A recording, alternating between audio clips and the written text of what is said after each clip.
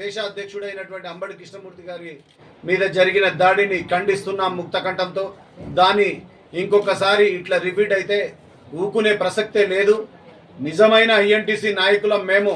నేను తెలంగాణ రాష్ట్ర అధ్యక్షుడిగా ఎన్నికైన నాడు మా పిసిసి ప్రెసిడెంట్ అప్పట్లో మన ముఖ్యమంత్రి గారు ఉండే ఆయన దగ్గరికి పోయి ఆయన ఆశీస్సులు తీసుకొని ఆనాటి నుండి ఈనాటి వరకు అలుపెరగకుండా కార్మిక శ్రేయస్సు కోసం పనిచేస్తున్నాం. మమ్మల్ని ఎవడరా బాబు మీరు ఆపడానికి? మా కాంగ్రెస్ పార్టీ సీనియర్ నాయకులం మేమంతా. కాంగ్రెస్ పార్టీలో ఉండేటోళ్ళం. రేవంత్ రెడ్డి సైన్యం నేను ఖచ్చితంగా చేసి తీరుతా. ఇది రేవంత్ రెడ్డి గారి సైన్యానికి పనికిరాని నా కొడుకులకి జరుగుతున్న ఘర్షణలో మేము ఎక్కడ వెనక్కొచ్చేది లేదు.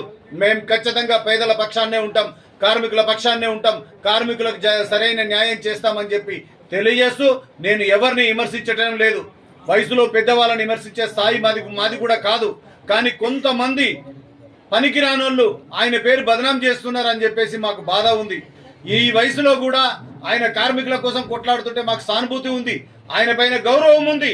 కానీ మీరే పిచ్చి పిచ్చేషాలు వేసి స్వార్థ రాజకీయాలకి ఇదయ్యి అందరినీ ముందుకు పరిశాన్ చేస్తున్నారు. బాబు మీరు మానుకోండి, ఇట్లాంటి పనులు చేయకండి.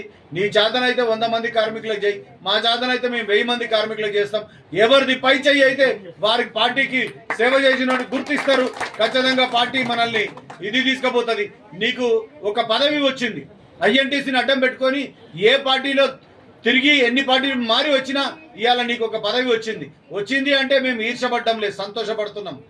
మా సంస్థ నుంచి, మా ఐఎన్టీసీ నుంచి నీకు వచ్చింది అని చెప్పేసి. నీదే కాదు మాది కూడా, ప్రతి ఒక్క కార్మికుంది ఐఎన్టీసీ అంటే. ఈ కాంగ్రెస్ పార్టీకి సంబంధించినటువంటి అనుబంధ సంస్థ కాబట్టి ఎవరి సొత్తు కాదు, ఎవరి కథ కాదు. నీది నువ్వు చేసుకో, మాది మేము చేస్తాం. ఈనాటి నుండి ఛాలెంజ్ గా ముందుకొచ్చి ఖచ్చితంగా ఐఎన్టీసీని బలోపేతం చేస్తాం. డిమాండ్ ఏముంది సార్? మా ప్రధానమైన డిమాండ్ కార్మికులకు మోడీ నల్ల చట్టాలని రద్దు చేసేంత వరకు పోరాటం చేయడమే మా యొక్క లక్ష్యం, వేరే వాళ్ళతో కాదు. మోడీ గారు చేసినటువంటి నల్ల చట్టాలు కార్మికులకు